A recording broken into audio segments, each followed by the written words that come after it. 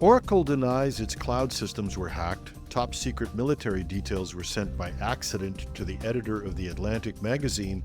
And Troy Hunt, who created the site Have I Been Pwned, has, well, been pwned.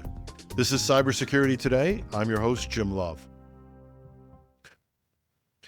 Oracle is denying claims that its cloud systems were breached after a hacker alleged they had stolen 6 million user records.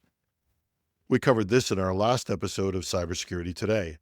The hacker, using the alias Rose87168, had posted on a dark web forum claiming they had accessed encrypted passwords, single sign-on credentials, Java key store files, and other sensitive configuration data from Oracle's cloud login servers. In a public statement, Oracle said there has been no breach of Oracle Cloud. The published credentials are not for the Oracle Cloud. No Oracle Cloud customers experienced a breach or lost any data. The hacker reportedly demanded 100,000 Monero, a privacy-focused cryptocurrency known for being difficult to trace, in exchange for the data and instructions on how to fix the claimed vulnerability. After Oracle did not respond, the data was offered for sale. The hacker also invited companies to pay to have their employee records removed from the dataset before it was sold.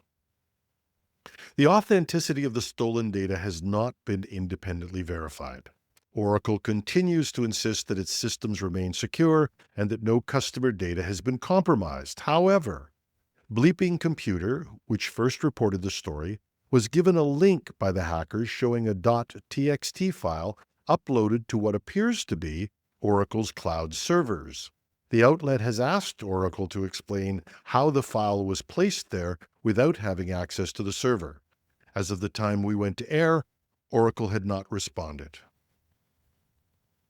The Atlantic's editor-in-chief, Jeffrey Goldberg, said he was mistakenly added to a Signal group chat discussing classified U.S. military strikes in Yemen.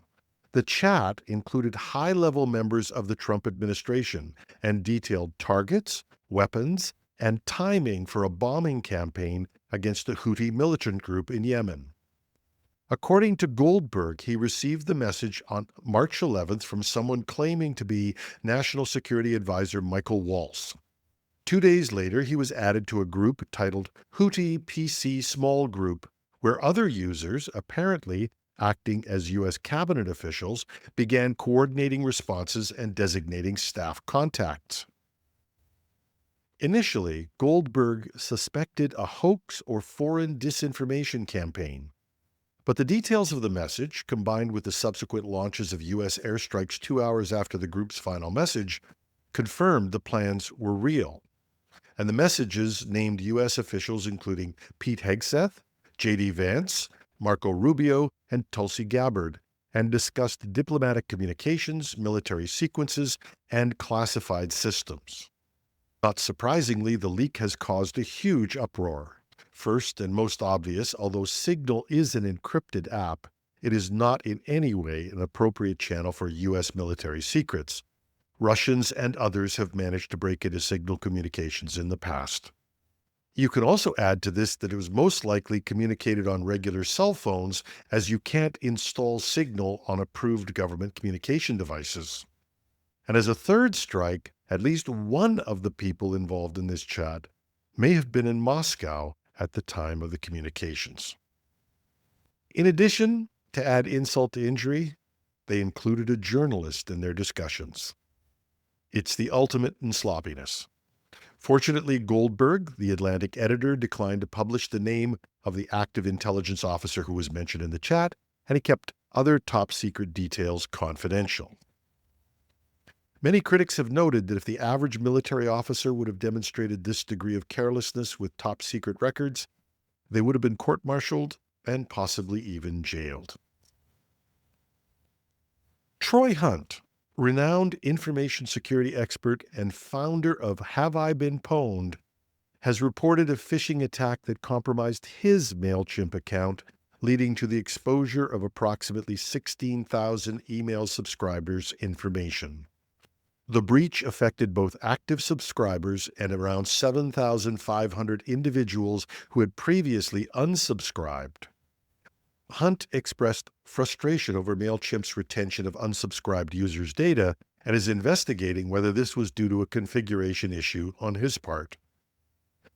Hunt noted that he was jet-lagged when he got the phishing email, which was crafted to create a sense of urgency, prompting him to log into a fraudulent page where he entered his credentials and a one-time passcode.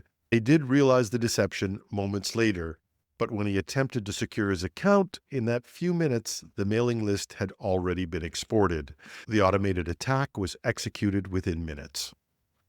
Hunt highlighted the limitations of traditional two-factor authentication methods, noting that MailChimp does not support phishing-resistant options like hardware security keys or passkeys. He emphasized that while two-factor authentication via one-time passcodes offers some security, it remains vulnerable to automated phishing attacks that can relay these codes in real time. Hunt also expressed his frustration at Outlook's iOS app, which put the email sender name as MailChimp Account Services and hid the domain hr@group-f.be.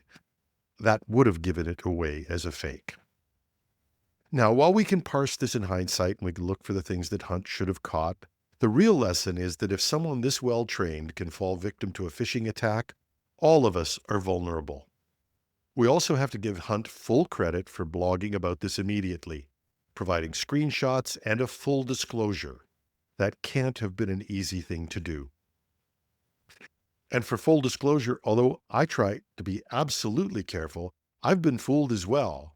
I almost clicked on a link last week when my wife, who has no interest at all in tech and security, asked if I was nuts, telling me this link was obviously a fake. And I smiled, because somebody who I'd made aware of security issues had learned enough to stop me from making a mistake. The moral? Stay humble. We all make mistakes. Stay open. Talk to people about them when you make them. And let's remember that the difference between whether a user is the weakest link or another layer of protection doesn't depend on them totally, but how well we communicate, and given my earlier story, the examples we set with our own behavior. And that's our show. I'm your host, Jim Love. Thanks for listening.